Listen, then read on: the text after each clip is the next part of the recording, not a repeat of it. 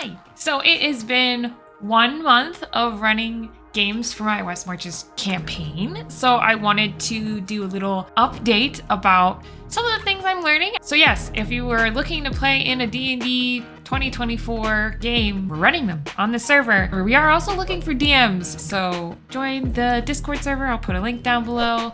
But let's dive into this episode. I just have like some basic notes. So if I look down, that's what I'm looking at. But the first point of order I want to mention is that most people don't actually know what a West Marches is, which is really surprising to me because it's like a concept that I thought had been around for a long time. The more I like talk to people, the more they're like, what's that? So now I'm like, well, I probably need to make a whole video. And the people who do know what a West Marches is have I don't want to say skewed, but have slightly different expectations for them. I'm kind of sticking mostly to that core Ben Robbins, those 3 things he says a West Marches is, mostly aside from the fact that there is a bigger bad guy involved. I do think that this is making me a better DM in general. And this is like multiple points all leading to the same thing. I've gotten to meet a whole bunch of different people, which means I've been introduced to different styles of players,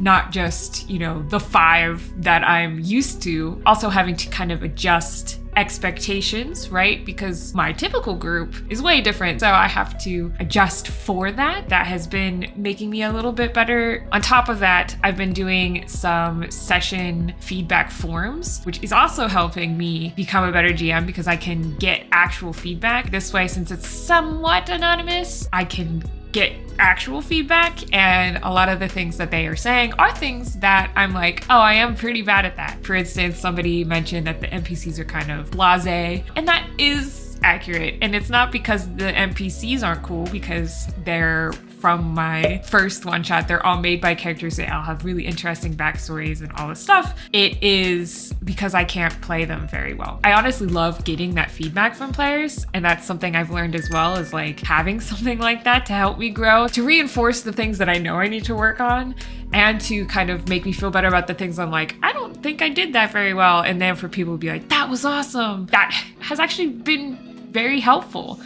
So again, I think all together, it's making me a better DM. The other thing, oh yeah, I forgot about this. One issue that I'm having, because there are 30 players, each with like 2 or 3 characters, I have to know every single class in the player's handbook. And we have cut it down to like 2024 rules plus Artificer because it fits in the world really well. It's not like we have a lot of outside sources. I think in a typical game, you have 5 players. So I have to know 5 different classes, right? And 5 different subclasses. And that's pretty much it. And then you learn all the rules of those classes as you go. While it is still 5e, there are still minute differences between 2014 and 2024. So it feels like learning new rules, right? And I'm not the only one learning these new rules. Everybody's learning these new rules, and that's perfectly fine. Because of that, I feel like I have to spend a little extra time relearning the classes. I have realized I've never played certain classes or had a player in those classes, so I don't fully know those rules to the minutia. As the DM, you're the one making those rule callings. And so sometimes I feel unprepared, and I just feel like I have to know every class better. On the plus side, if we put a positive spin on this, right? It means I'm learning all the characters, and all the classes. I mean, I'm nowhere near good at every class or something.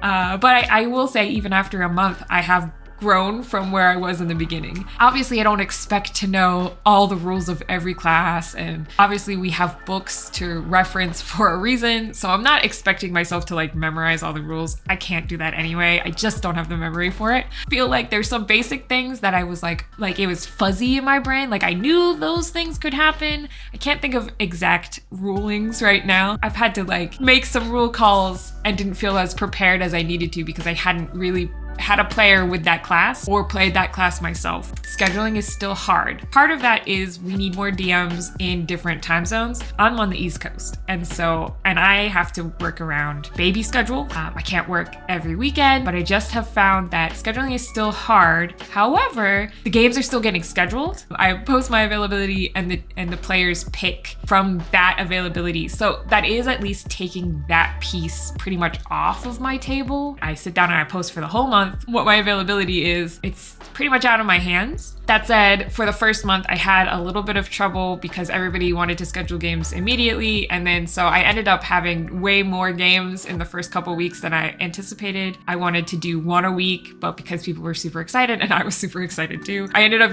almost burning myself out from the get-go. I didn't. I took a break and everything's good. I, as the GM, don't have to worry about it. And I can focus on the important stuff, which is actually prepping the game, because no matter what, the game is gonna happen. It just might not happen today or, next week. I've played a game every week. Sometimes 2 or 3 games a week, because I also still have my personal Drakenheim game going on, and I've had like full weekends of D&D, which has been crazy and awesome, and I love it. Let's talk about session prep. This could be like probably the whole next half of this video. I'm really struggling. It's not because I'm disorganized, because that's my whole business and I'm a very organized, don't look back here right now. For a normal campaign, right, you could prep for 3 or 4 sessions and be ready and done. If you don't have as much to prep, you could just review your notes that session and go. I do that with Drakenheim and it makes my prep super easy. But the other thing that I do is that I write my notes. I don't have a notebook on me right here, do I? I have a whole notebook. I use this one. This one is just session notes. These are all my session notes from the West Marches. These are just things I write as I'm sitting here while people are talking, while we're playing the game. So these are not like my typical session notes, but I have some upstairs and I'll take a picture and put it on the screen. I typically write everything out. That helps me remember things. For the West Marches, I've been trying to get into digital note-taking and I struggle hard. So at first I was using Notion, and there's certain parts of Notion that I love. One, all my lore and everything that I have player facing is in Notion, so that makes it easy for me to reference lore bits as well. But also it is a place then I can share with my GMs. They can see everything in there as well, so they can prep or plan things. We can share resources. It's all like in one place. So I was trying to put my session notes in Notion. It was okay, but I felt like I wouldn't reference them. There were some things I liked, like the templates. The templates in Notion make it super easy. I can just have the same layout, but I was not able to recreate the same thing. I do still feel like I'm not able to remember things as well because I'm not handwriting it. I didn't know that's very particular. I'm also a very visual person. I think I've talked about this. I can visualize a piece of paper, and see where on that page I've written something. I can't for the life of me figure out how to do that when it comes to digital resources where you can scroll forever. I envision the screen that I'm looking at, but I can't see where on the screen it is. I don't know if that makes any sense. Maybe I'm freaking crazy. I can't figure out how to get my memory to work in the same way. So I tried in Notion. I ended up losing a lot of stuff and it was just harder. So then I was like, you know what? Foundry is where we're playing. And you could put map notes on there, all this other stuff, just right in Foundry. I started using Foundry for the last 3, and so far it's a little bit better, but not perfect. Part of that is I wish there were templates in Foundry. Maybe there's a module for this. If you guys are using a Foundry module for journal entries, let me know. I wish I could just hit a button and set up a template for a whole journal and just go from there. I do like that I can there's like some syntax you can type in that will give you like roles. So if you want to request a role from a player, you can click a button and then pop it into the chat. That is super nice and handy. So I do enjoy that. And I also wish that you could put smaller bits on the map as map notes.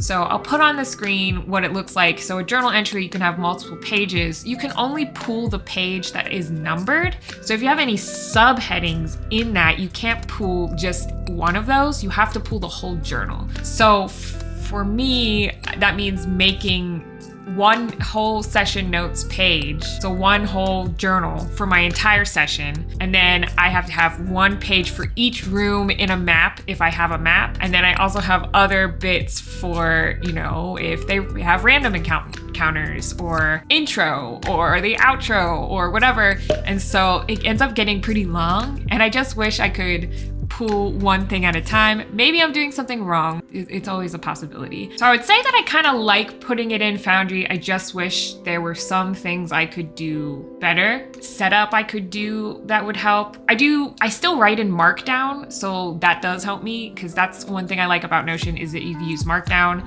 and I'm not like the most proficient in that, but I've used it so much now that I can do basic things really fast with Markdown, and so I do enjoy that. The other thing that I liked Notion for was that I could keep a character database in Notion and link it to my session notes. I haven't figured out a way to do that since I'm using we have a Remnant Foundry where everybody's characters are housed and they can buy equipment and all of that, and you can export your character from there, import it into my Foundry, and then at the end of your session, you put it back into the other one. I have found that not everybody has like backstories or anything in there. Because I like to reference that stuff, I have a whole database in the Notion. As I run into new characters, I try to do that, add them into my database and figure out a little bit of their backstory or how they play or something, and keep that all together, because that helps me be a better DM, helps me DM games that I feel like those players would like. Maybe that's a thing that you're not supposed to do in OS Marches, because maybe I'm tailoring it too much to the players. If you spend a lot of time on your backstory, you deserve a little bit of that in your games. But this leads me into another point. I'm getting better at prepping less. I have realized that I can prep forever. No matter what, like you could prep every single thing. There's still gonna be more things that you could prepare. A bit of a struggle because I have limited time. I can't spend hours upon hours prepping every game. I have to cut it off at some point. So my plan is to prep for every game in about an hour to 2 hours. And wherever I'm at that point is what it is. In the beginning, wasn't doing that. And that's also why I was getting close to burnout. Part of that is I love prepping for games, but also I feel more confident when I prep a lot. I've come to realize that I'm better at improvising than I think I am. I'm not giving myself quite enough. I have the experience. I can do it. Just need to let myself do it more, and then I'll feel more confident about my improvising. I'm trying to limit how much prep time I spend on this because, surprise, I have a life outside of D&D, and I have a 2-year-old, plus my business is like really struggling this year, and so I can't spend a lot of extra time running games, so I need to cut back a little bit. On top of this, I'm getting better, but not perfect, at cutting adventures down to 4 hours. Not always. There have been a few instances where it's gone into 2 different sessions. So now I'm wondering, how do I handle that? Because if I want to do a big dungeon crawl, like it doesn't have to be huge, but it might be 2 or 3 sessions. Should I just be posting this is a 3-session game? I just haven't figured out how to handle that yet. But it is something I'm encountering in this first month. I am getting better overall. Another weird thing that I found that I enjoy is I like rolling publicly on Foundry. In person, I'm behind a screen and I normally roll behind the screen. I feel like rolling and sharing that with the players on Foundry has been super nice. They can tell like I'm not pulling punches. They can tell that like I roll bad too sometimes. It's just, I don't know. There's something about that openness that I just enjoy. I struggle with the maps. Maps take me a while. Don't always make huge maps though. I think means I'm getting better as a map maker because I realize I don't need all that space, and it forces players to be tactful and more strategic if I'm giving them tight corridors and all this stuff. But I have found that because it is a homebrew world with homebrew stuff, and there's not like civilization on this continent, there is a lack of maps for old abandoned stuff. And so what I have been doing, making most of my maps, and I realize that's not sustainable. I've been using a lot of birdie maps because they look like Dungeon Draft and I can edit them. I will go into Dungeon Draft, I will make tiles, and I will destroy whole sections of the building. Or I will add a bunch of spider webs and dirt and rotting food or whatever. So I'm not really creating something from scratch. I'm just editing it, and that will cut down on my prep time. Because again, I'm aiming for that 1 to 2 hours. Do not bite me. Are you biting me? That's the plan, is to keep doing that. If anybody knows anybody else like Birdie, I mean, Birdie has like 600 and some maps, so I don't think I'm gonna run out.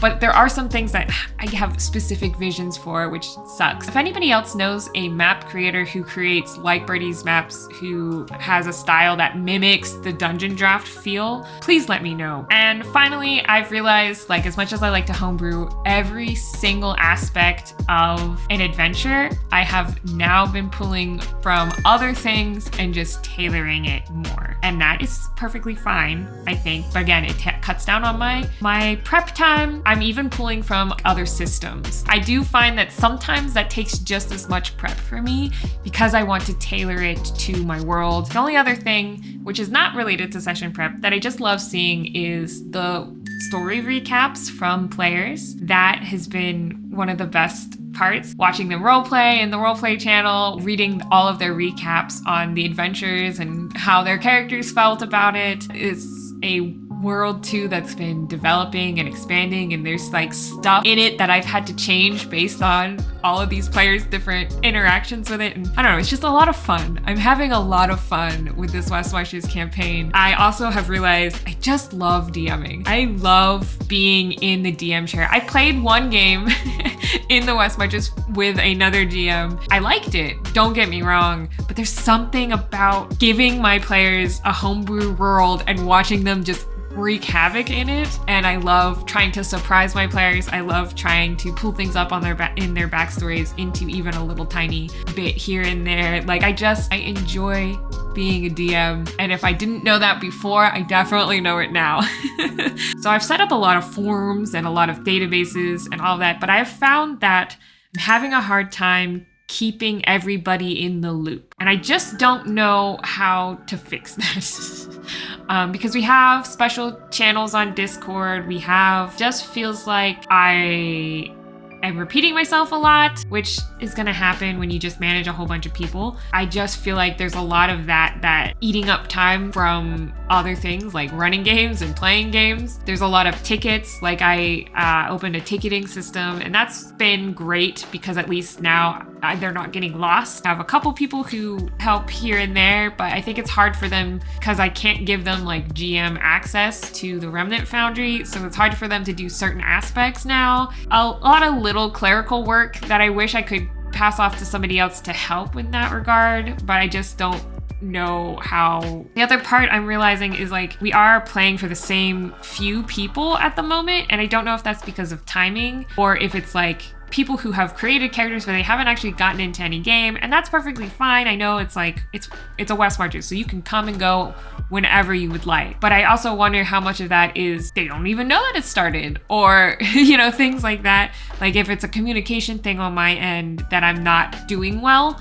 I also had to change how we reward XP, not just about monsters, because we had a whole bunch of people who kept saying like, oh, we should just kill them all because they'll get more XP. And like, that's not wrong, but that mentality is gonna get them killed when they can't fight something that I throw at them. But I also want to reward them for things like good roleplay, for good investigations. And so I've been trying to do that more, just giving XP based on that. Now that I'm kind of, running games for strangers, I don't worry about running games for strangers. I worry about other things, but not that. And I think that's been a relief. It's been super nice to get feedback from complete strangers as well, because they're gonna be brutally honest. And I actually really enjoy that, because I do feel like people tend to be nicer when you know that person, you're a friend to that person. I want the actual criticisms. Like, I want to get better. I've learned so much in the last month of running games. We're accepting new players. We're also looking for GMs, preferably in other time zones outside of mine, but even if not, it'd be nice to have a few more GMs. You don't have to run that many games on this server. Like, even if you're just running 1 or 2 a month,